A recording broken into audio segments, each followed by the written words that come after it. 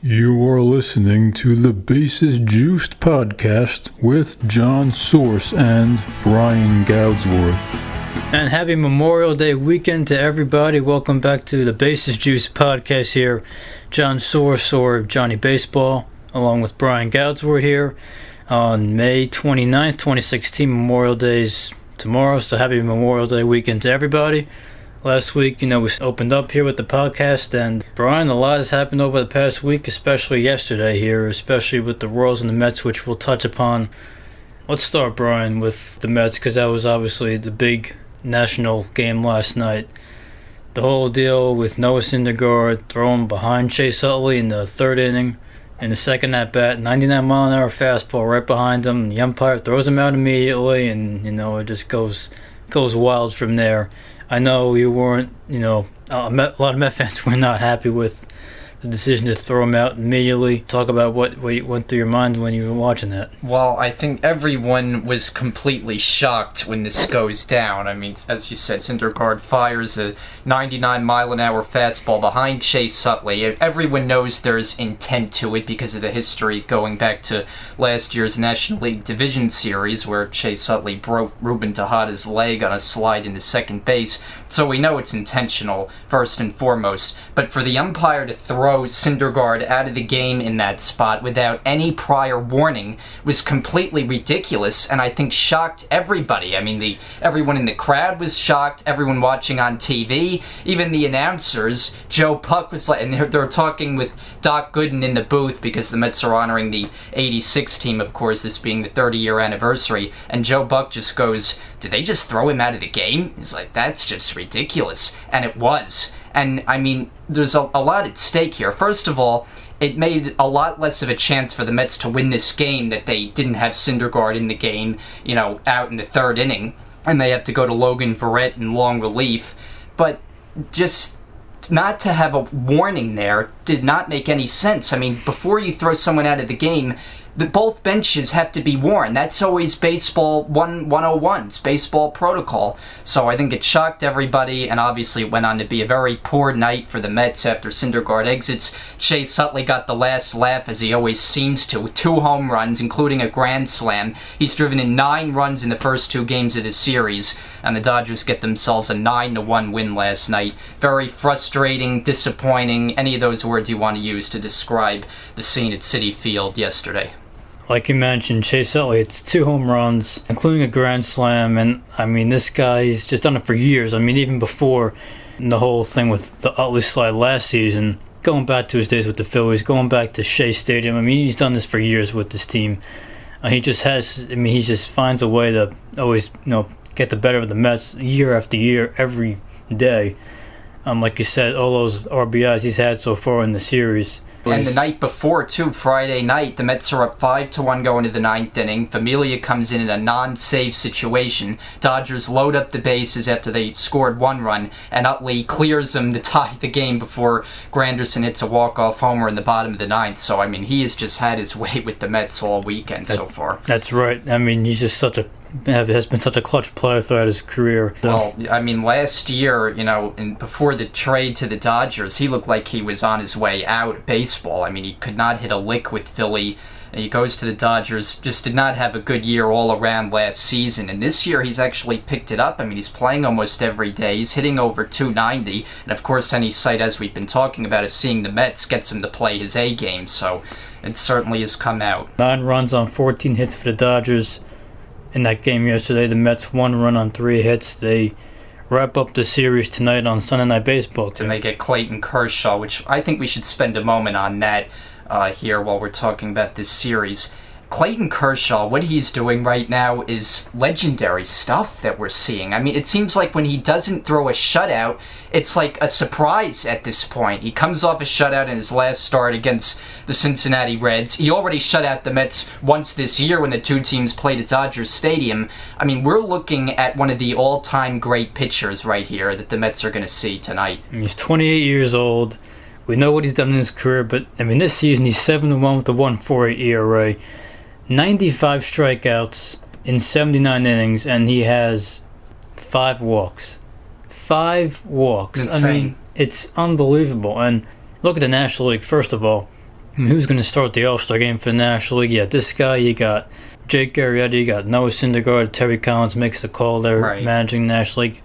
I think this guy is, and we mentioned this a couple of days ago, Brian, but this guy may be the best player in all of baseball right now. I would make that argument. I know I said it to you, not here doing the show. As good as guys like Mike Trout and Bryce Harper are, I don't think anybody dominates this sport right now like Clayton Kershaw does. And I know there's the argument, well, he's a pitcher, so he can't dominate the same way a position player does who plays every day. But this guy, what he's doing right now, he is completely dominating the sport. He's won games by himself this year. He'll throw a complete game shutout and drive in the only run. Exactly, so he really can do it all. And it's just unbelievable to watch this guy's career. Before I was watching one of the all-time greats, he's well on his way. I don't think there's any doubt about it. Career ERA of under 2.5. He's already thrown, over 1,600 innings in his career, but he shows no signs of slowing down. Looks like he's on his way to a 4th Cy Young Award this year. Again, yeah, could make that argument, no doubt about it. Let's give a couple notes here on the Mets before we move on. Trading for, I should say, James Loney. We know there's a need at first base with Duda now on the disabled list. Eric Campbell is not cutting the mustard, if you will. So you go out and get a veteran, James Loney, who's been a major leaguer, and a solid one at that, a former Dodger, last few years in Tampa Bay. He's kind of rotting in AAA with the Padres AAA affiliate. So the Mets bring him in. He'll play first base more often than not. I think it's a really solid signing by the team. I think he's always a guy you've liked them to maybe target in the past to be a first baseman for this team. Very solid defensive player, line drive guy, hits the ball in the gap. Not really a big power guy, but again, I think he's a guy that the Mets targeted. They scouted him with the Padres for a few days, and they go out and make that deal, and I think he's going to be a nice addition to this lineup. But the other issue you got right now is David Wright yesterday scratched from the lineup with something unrelated to the back. It's now a stiff neck, and we've heard General Manager Sandy Alderson say he's concerned about this. It could land Wright on the DL, so that's another issue they have to contend with. Well, David Wright's had a fantastic career, and obviously he's, the captain of the team. He's been a Met fan, grew up a Met fan in Virginia, but I think it's safe to say that his prime, best days are behind him. And it's just really hard as a baseball fan to watch him just really struggle out there. Striking out a lot more than he usually does, and, in his career, he's always a guy who gets on base and doesn't strike out. Well, now he's striking out, and he's still getting on base, but his average is way down. It's a struggle for him at third base defensively. It's hard for him to make the throw across the diamond now, like you said, with this back thing that's been lingering for a few years, it seems. And I wonder, maybe he will slide over to first base at some point, because I just don't know if he's capable really anymore of playing third base every day. Well, I agree. It's a big concern right now, and I just have to wonder, as painful as it is to say, is just how long can he keep playing baseball? He's signed through 2020, so that's 4 more years after this year is up. And frankly, it looks like it's going to be a struggle to get through this year, let alone 4 more years of that contract. As you said, he's been the face of the franchise, he's been Mr. Met, he's been the captain, the whole thing. But unfortunately, I think right now it looks like his days are numbered. And it was great to see him get to the postseason last year, have him hit that home run at home in Game 3 of the World Series, which was a great moment for him, I'm sure, being in that stage. But other than that, though, the entire span of his contract hasn't proven to provide much benefits for the Mets. And it's a shame, too, because now the team is ready to compete for a World Series title, and they don't have their captain, their face of the franchise, to be a big contributor anymore. And when you signed him, you're thinking, okay, we're going to build around this guy. He's going to get us there. Well, now you have this pitching staff, and David's kind of, I don't want to say bringing the team down, but he's kind of hindering them. They're paying him all this money, and you have all these great pitchers you're going to want to pay at some point. And well, you're giving David Wright, however much money he's getting through 2020, like you said, 4 more years. So that's not helping matters here. But again, great career he's had, and you just want to see him get healthy. I know this is this whole back thing. Now, like I said, with his neck, it's just hard to really be on the field every day. He's just really hard to see him be out there every day, with this condition he's had. But you hope for nothing but the best from David Wright. And obviously, like you said, with the Mets are ready to win, you want him to be a part of that. Like you said, he's the face of this team, has been since he came up, and it's meant so much to this organization. And as we said, it'll be a tall order tonight as they get Kershaw. Bartolo Colon gets the ball for the Mets, so that's the Sunday night game coming up this evening. All right, let's move on to Around Baseball. No better place to start than with your team because they had themselves a very exciting afternoon. Looked like it was going to be a loss yesterday as they were down 7-1 in the bottom of the ninth inning, and they rallied to score 7 in the bottom of the ninth to win 8-7. That was an exciting scene yesterday at Kauffman. Let me tell you, man, this team, I know like we talked about on the show last week, it hasn't quite been the same dynamic team, but one thing I've learned from watching this team in the postseason the past 2 years is don't turn the game off because they're never out of a game. It doesn't matter what the score is. So let's take a look at the bottom of that ninth inning. Paulo Orlando strikes out to lead off, so you have one guy out already. So Chester Cuthbert singles, Brett Eibner doubles, Omar Infante walks, have the bases loaded with one out. Escobar walks, a run scores, bases are still loaded, and then Whit Merrifield singles and drives in 2 runs to make it 7-4, with runners now on first and third. Lorenzo Cain then grounds to a force out. Another run scores at 7-5, with Cain on the first base. Eric Hosmer doubles to score Lorenzo Cain. It's now 7-6. Drew Butera, who we'll talk about why he's in the game here in a moment. But Butera doubles to left center field. Hosmer scores. This game is tied. This place is going crazy. And I'm watching this kid make, he throws hard, but he wasn't throwing strikes. I'm like, easy. Just don't swing out of your shoes here. Just put the bat on the ball, and if you take a walk, you take a walk. Because the next batter, Paul Orlando up again. He throws a wild pitch, and Butera gets to third. They intentionally walk Orlando and then they walk Dyson to load the bases for Brett Eibner, who I mentioned before, already batted this inning. In his second major league game, he works the count full and rips a single. It looked like it went through the glove of Jose Abreu. He dove and couldn't quite get it. He got a piece of it, but it got by and scored Butera from third base. And I tell you, man, like with this team, it's unbelievable, but in the top of the ninth inning, Salvador Perez goes down with looks like a gruesome injury. At least it appeared. Another collision. A collision with Chester Cuthbert, who was playing for the injured Mike Moustakas, who's out for the season with a torn ACL. The last time these two teams played, we know Gordon's out now. We talked about Gordon struggling on our last podcast. Gordon's now out for about a month with a broken hand. And now on that play, you thought Gordon's the one that got hurt the most, and then it comes out a couple of days later, Mike Moustakas tore his ACL in the same play. He's out for the season, so Chester Cuthbert, he's back up now. You're playing third base every day for this team, who expects to win the division and compete for another world championship. Yeah, Whit Merrifield, who came up a couple of days ago, and he played second base. He's batting second every day now for this team, it seems like. And he had a big hit there. He's been playing well of late. And Brett Eibner gets the game-winning hit. Eibner was a second-round pick in 2010 out of Arkansas. Whit Merrifield was a ninth-round pick that same year out of South Carolina, 2010. They're not your blue-chip prospects, but again with this team, their blue-chip prospects are Raul Mondesi, who's suspended for PEDs, and Kyle Zimmer, who, I love the guy, but who knows if he's ever going to throw a pitch at the major league level, so he just can't seem to stay healthy.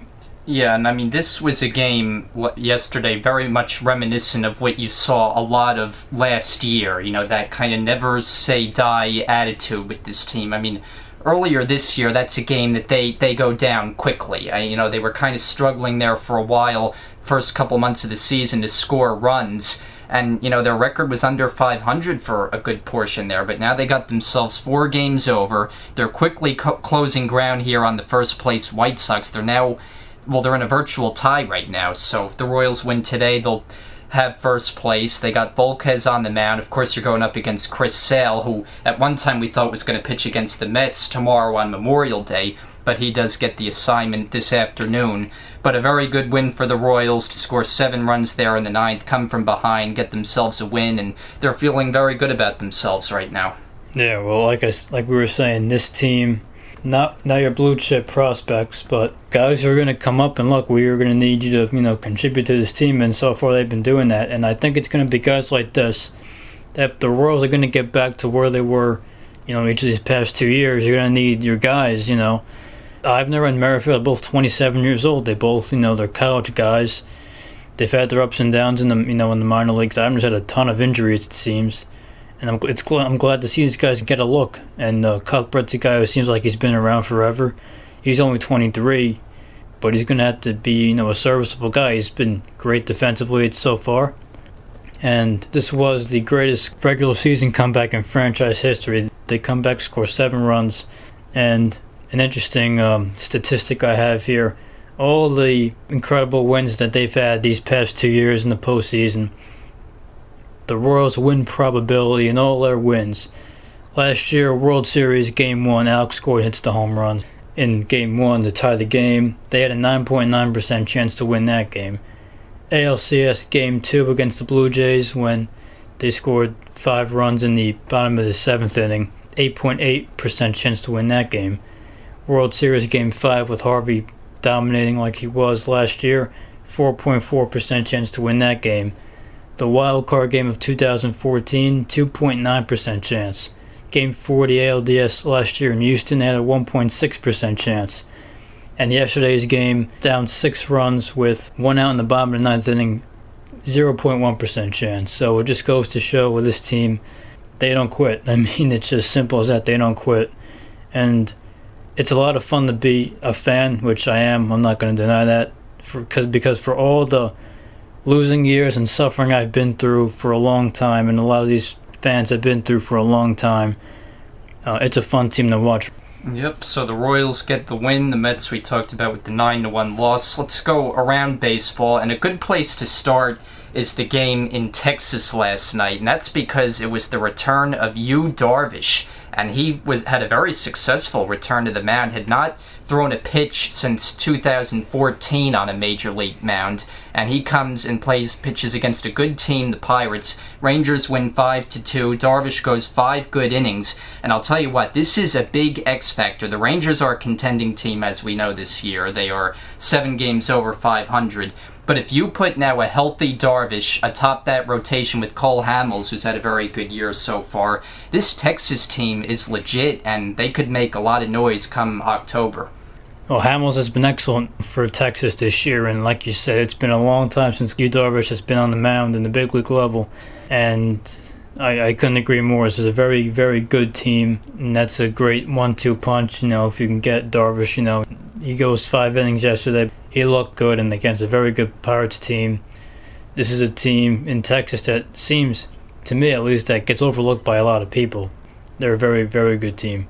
And one guy we need to mention for Texas is Ian Desmond, because this is a guy who was a shortstop his whole career in Washington, had some very good offensive years. Last year was a down year offensively for him, but it was more of a down year in the field, where he committed a ton of errors, especially early in the season. He waits a while in free agency, gets no offers, until Texas comes swooping in at the end, offers him a 1-year deal to play the outfield. Now he's playing center field, and after a very tough start to the year with the bat, he's hitting about .290, and he has been a big contributor in that lineup. I mean, look at his numbers: 296, 6 home runs, 28 RBIs. He got 10 stolen bases. This is a guy for his entire career has been a threat offensively with the bat and with his legs, playing the middle of the infield. Now, Texas comes in, swoops in, and gives him a 1-year deal to play center field. And he's adjusting very well to the position. And right now, Odor currently serving his suspension, so they called up Profar, who's now playing second base. Mazzara has come up in April and been a rookie sensation this year, hitting over .320. So Texas off to a very good start this year after a win yesterday with Darvish on the mound. Elsewhere, a slugfest in Toronto. The Blue Jays outlast the Red Sox 10-9. Ortiz hits yet another homer for Boston. He's hitting a remarkable .339 on the season. But Toronto now back-to-back wins in that series. Suddenly, Josh Donaldson has gotten hot. He had been really cooled off for a while there, and Toronto gets themselves a win. Those two teams, as we know, can score runs. Toronto, it's been kind of a down year to start. We talked about last week extensively Boston's offensive prowess, and that's a matchup that can produce a lot of runs, as we know. And we go over to Chicago. The Cubs have won the first 2 games of their series against the Phillies. Yesterday they win 4-1. They get a complete game effort from Kyle Hendricks. He goes 9 innings, gives up 1 run, 5 hits, and the Cubs win 4-1 with that outing. Phillies remaining afloat as they're 3 games over 500, and they're just still hanging on despite the fact that they've gotten outscored this year. Their pitching has carried them, and they haven't scored a whole lot of runs. Well, let's face it, we didn't expect the Phillies to Nobody did. Yeah, but you have to give them credit because they're not going to be in this thing, I don't think, at least all the way to the end. But they have a plan in place. They have some nice fun players to watch now, young guys. Very exciting pitching staff, and I will say, I was not very high on Kyle Hendricks, but 2.93 ERA, complete game here, 7 strikeouts. He's proven me wrong, to say the least. This Cubs team is they're just so deep, so dynamic. Yeah, that rotation, as you said, Hendricks an ERA under 3, and he's not even asked to be the 1, 2, or 3 starter in that rotation. You have Arrieta, where the team's won 23 straight of his starts, which is remarkable. Lester's pitching great. Lackey's been a solid veteran addition, and Hamill's pitched well all season long. So the Cubs pitching staff has been really good, and with that deep lineup, even though they've absorbed a couple injuries like Kyle Schwarber, they're still clicking, and they're a force, as we know. And how about Ben Zobrist? That's a guy you got to bring up. He's hitting over 350 now. That was a guy that was on the Mets' radar after they didn't know they were going to re-sign Daniel Murphy. He goes to Washington. Mets wanted Zobrist. He ends up in Chicago, and how good has he been? He's been just terrific. He has been. Well, he got off to a slow start, Zobrist, and after winning the World Series with the Royals last year, he felt that the Mets were on his radar, but he liked playing. He's from Tennessee, from a Nashville guy. He liked being close to home in the Midwest, and the Cubs gave him an opportunity after they traded Sterling Castro to the Yankees, who has also been a good addition for that club. A change of scenery there, I think, was necessary. But Zobrist, man, he fits in with this lineup because he doesn't strike out. A lot of these guys do strike out a good amount, and Zobrist is a solid guy who fits in. He could hit anyone in this lineup. Bat 5th yesterday. He could bat you 2nd. He could hit anyone in the lineup, and he just sprays line drives all over the place. A solid guy, great guy in the clubhouse. 354 batting average right now. Great addition, having him back with Joe Madden like they were, together in Tampa Bay. Just, great addition. Zobrist there with the Cubs. A guy who kind of people wondered, with his age, he's up near 36, I want to say 35, now. 35, yeah. So people wondered, 4 years, do you want to go that far? But the Cubs got him in there, and he's just plugging right in with this team, and he's clicking with the rest of them right now. Yeah, and a good sign, too, to get a couple of doubles out of Jason Hayward, who has been off to a very slow start, then had that injury, which wasn't overly serious, so he's back in the lineup and contributing yesterday. Elsewhere, Oakland over the Tigers, 12-3 behind Jesse Hahn and a bunch of home runs against Detroit starter Matt Boyd, who just got called up. And Chris Davis, this is a guy who maybe not a lot of baseball fans know too much about. He's got big-time power. I think now 14 home runs. He has over 30 RBIs. They got him in a trade from the Brewers, and this is a guy who can just mash as he did yesterday. Well, I remember when he first came up a couple of years ago with the Brewers, and they gave him a good look. They liked him as a player. They played him every day in left field. I think they moved Ryan Braun over the right field. And they really like what this kid could bring offensively. He's hitting .237 this year. But yes, he does have 14 home runs and drives and runs.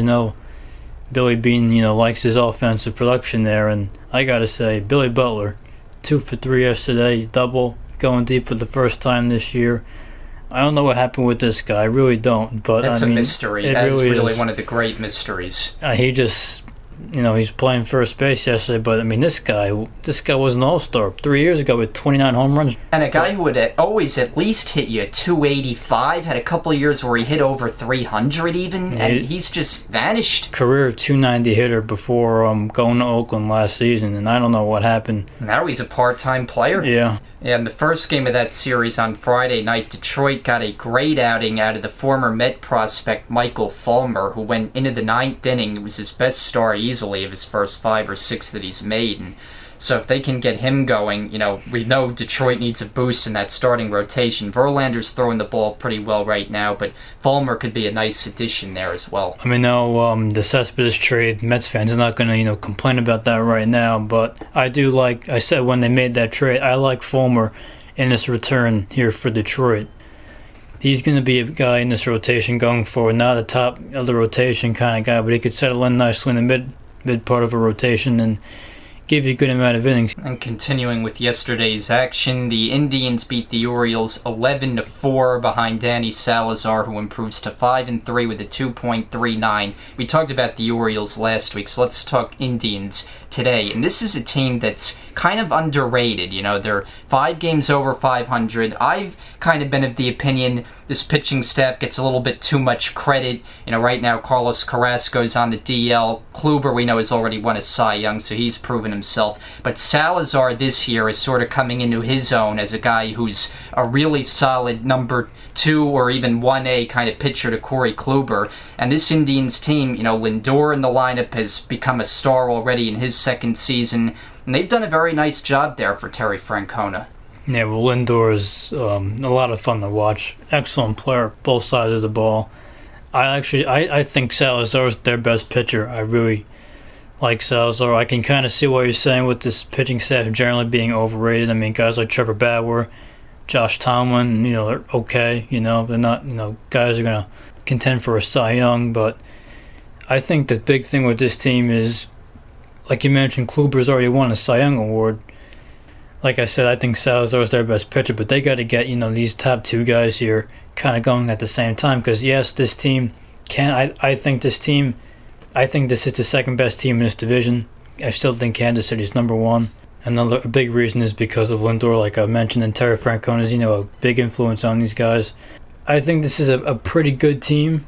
I don't know that they're a playoff team. Like you said, the pitching kind of gets overhyped a little bit, but this is a team that they're, 5 over 500 right now. I believe it's a virtual 3-way tie for first place in the Central entering today's games. Interesting team to watch here in Cleveland. Yeah, I think they'll be in the mix all season long. They pound the O's yesterday 11-4. Game in the NL Central between 2 kind of the bottom teams in the National League. The Reds snapped an 11-game losing streak by winning yesterday in Milwaukee 7-6. There's not really a lot to go into depth. It's 2 teams that are rebuilding. The Brewers, I think, may be a little ahead of the Reds right now, who are just, I think, in total disarray, and some of their key players are probably going to be traded at the deadline, like Jay Bruce and Brandon Phillips and maybe a couple others, but right now those 2 teams in rebuild mode in full. Braves over the Marlins 7-2. The only team Atlanta can beat this year is Miami. They are 5-0 against the Marlins and 9-34 against everyone else. Speaking of things not going well, all at the same time, Stanton just is... He's been out of the lineup the last several days. Really? Yeah, I mean, he's struggling big time. Both Stanton and Yelich have some kind of minor injuries. Neither has gone on the disabled list, but they both have been out of the lineup for the last close to a week. But while Yelich has had a very good year, Stanton has been in this miserable slump where, he is striking out at just an alarming rate. The batting average is down around 210, so trying to get him some rest and get him healthy. But the guy right now for the Marlins who is playing star baseball is Marcell Ozuna. This guy now has, I think it's an on-base streak now of 33 or 34 straight games, something like that. He's got the batting average up to about 340 when it was 240, a month ago. And he's sort of looking like he's a breakout star this year. I remember a couple of years back, I'm looking at this outfield. Yelich, Ozuna, and Stanton, this could be one of the best outfields in baseball. And Yelich, like you said, is having a good year when he's on the field. Stanton, we know what he can do when he's going right. And Ozuna's finally coming to his own as really a 5-tool guy that, like he was coming up in this system. A very exciting outfield when they're all going well, which they're not right now, but exciting to watch Ozuna do what he's doing right now. And the Yankees fall to the Rays yesterday afternoon by a final score of 9-5. Matt Moore gets the win, and it's another clunker of a start for Michael Pineda. And it just gets to the point, what do you do with him? He's now 2-6 with a 6.92 ERA. You have to think that his spot in the rotation is in some question when it's just start after start. Now, he did have a pretty good outing his last time out against the Oakland A's, but for the most part, I mean, he has just been getting hit hard, giving up a lot of home runs, and just not getting the job done for the Yankees time after time. One guy who was going well for the Yankees, though, of late, Carlos Beltran, Yes. homered again, his 12th of the year. Maybe this is a guy like with the Yankees now, Brian. Do you think maybe they could end up being sellers at some point, trading away Chapman or Miller? Well, it's going to be really interesting to see. I mean, the Yankees never go in the kind of mode where they think they are going to sell their team. It's just never the way they operate. They always feel like they're in it, even though they have a subpar ball club, which they do right now. I mean, they're 2 games under 500. Could they hover around 500 with this team all season? Probably, but are they a team that's playoff caliber? No. And I think, when you have that kind of a team, you should always look to try to make it better for the long term. So will they is going to be an interesting question come July. They certainly have some pieces that they could get young players back for, like Beltran, who we've seen the Mets years back trade to the Giants and get back Zach Wheeler, of course. So even now at age 39, whatever he is, you probably could still get something back because Beltran's bat, especially in the postseason, could really help a contending team needing a DH type guy. We'll see what happens there, but the Rays win 9-5, home run for Evan Longoria as they hit Pineda hard in that game. Giants beat the Rockies 10-5. Bumgarner started, didn't pitch great, but they got 2 homers and 6 RBIs from Buster Posey as they knock off the Rockies there. And the Giants have been one of the hottest teams in baseball. Now 11 games over 500. They did lose the opener of that series as Tyler Chatwood threw a great game for the Rockies. He's had a very good year for them. But this Giants team, there's not a weak spot in the lineup. Matt Cain, I think, just went on the DL after he left his last start early on Friday night. But this Giants team is playing good ball right now. Yeah, well, I mean, again, it's an even year with this team, but like I said, before the season, looking at all these teams, there's not a hole on this team. Looking at this team 1 through 9, they just keep clicking in. Bumgarner, ERA's 2.12, Johnny Cueto, Samardzija, both pitching excellent for this team. The back end of the bullpen, like I said, with Kane on the DL now, kind of shaky, but I think this team's heading for the postseason, and you go Bumgarner, Cueto, Samardzija in the postseason. I think they're going to be fine if they get to that point. One concern I would have about them is their bullpen is not a strength. I mean, Santiago Casilla is a mediocre closer at best. They don't have a very good bullpen right now, and that's something, their back end of the rotation not being great. They've blown a good amount of games late there with that bullpen just not always getting the job done.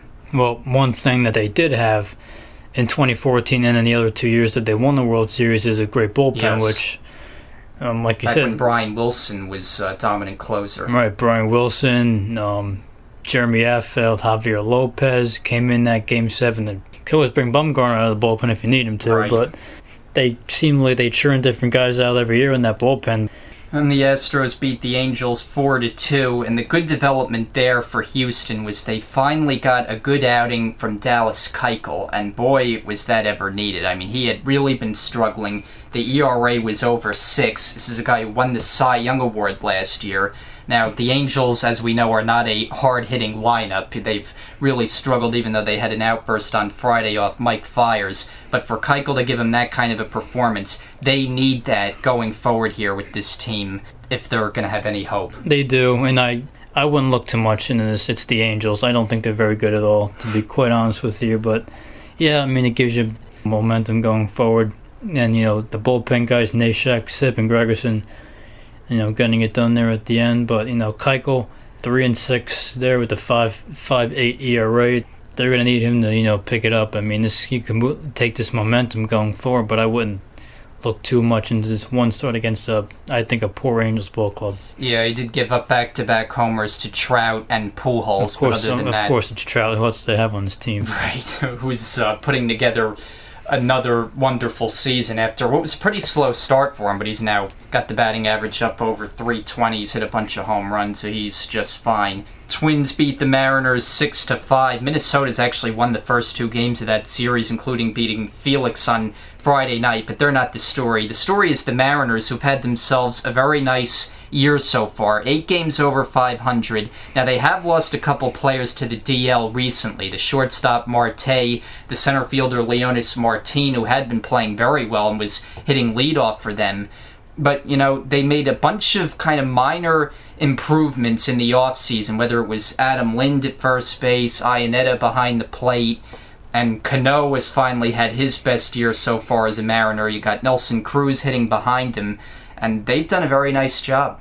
Well, when Jerry DiPoto came in as the GM coming into the season, he really made this his team. He really made a bunch of, not earth-shattering moves, but he made this his team, and I think, it's a team that last year a lot of people, including myself, had high expectations for.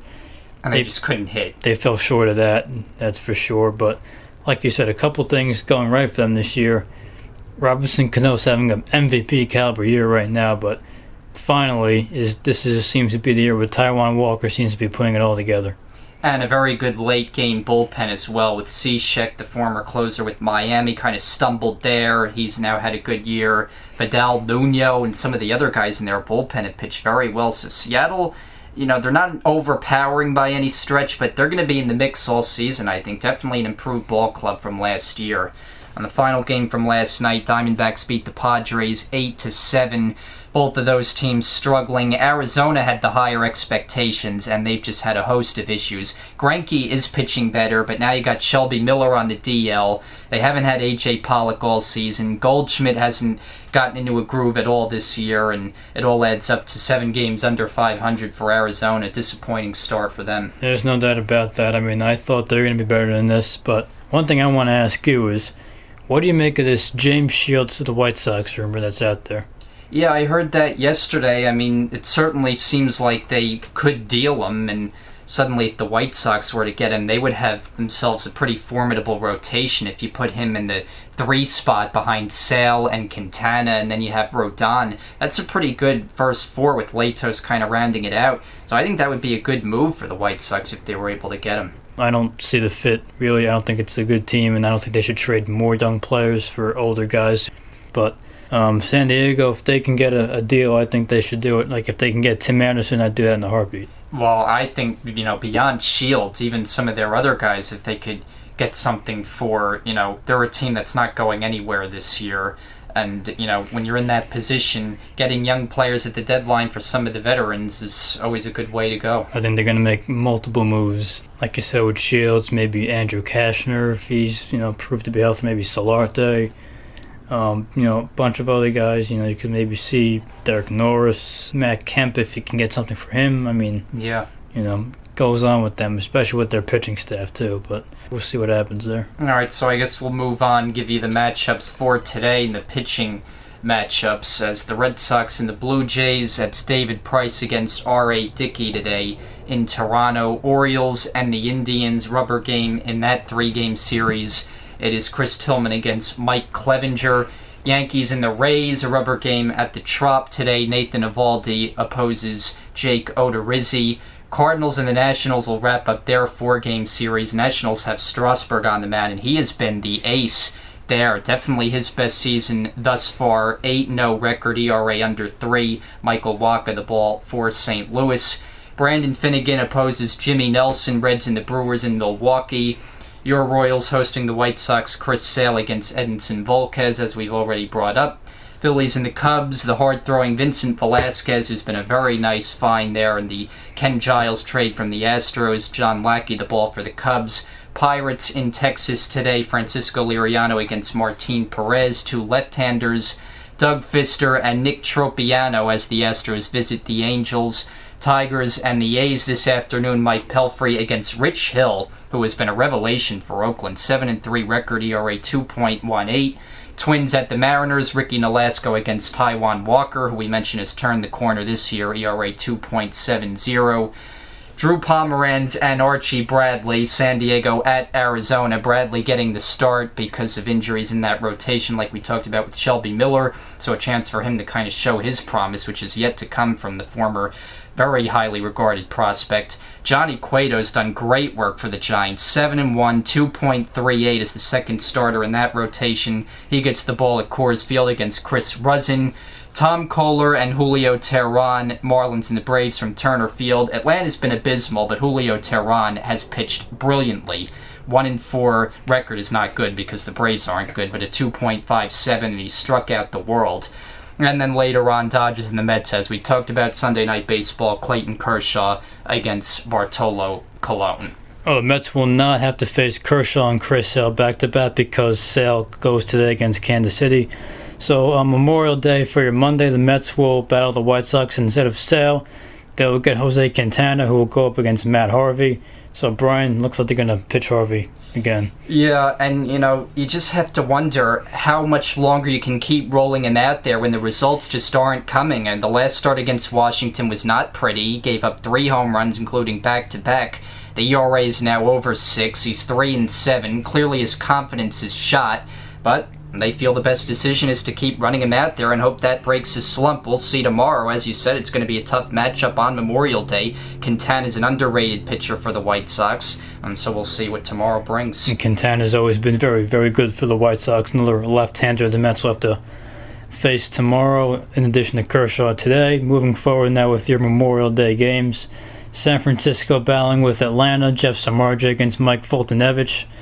The Red Sox will battle the Orioles. We have Mike Wright for the Red Sox against to be determined for the Orioles, so we'll see who they decide to throw there. Cardinals taking on the Brewers in Milwaukee. Carlos Martinez against Junior Guerra for Milwaukee.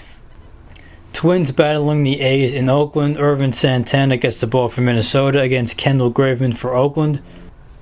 The Reds will take on the Rockies in Coors Field on Memorial Day as Dan Straley will take on Chad Betts. Houston will battle out with Arizona as we will have Colin McHugh against Edwin Escobar making his first start of the season. The Padres will take on the Mariners in Seattle, Andrew Kashner against Nate Carnes. The Dodgers will battle the Cubs in a big series at Wrigley Field, Alex Wood against Jason Hamill. The Rangers will take on the Indians, Colby Lewis against Josh Tomlin. The Nationals and the Phillies will battle out in Philadelphia, Tanner Roark against Jeremy Hellickson.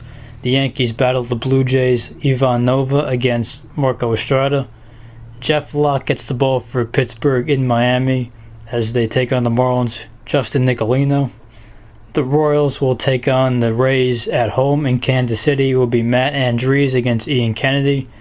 And another to be determined as we have the Tigers and the Angels. The Tigers, time will tell who pitches for them, to be determined against Hector Santiago for the Angels. So that'll do it for Bases Juiced here today. So hope everyone enjoys their Memorial Day weekend and holiday, and plenty of baseball going on. So enjoy the weekend, everybody.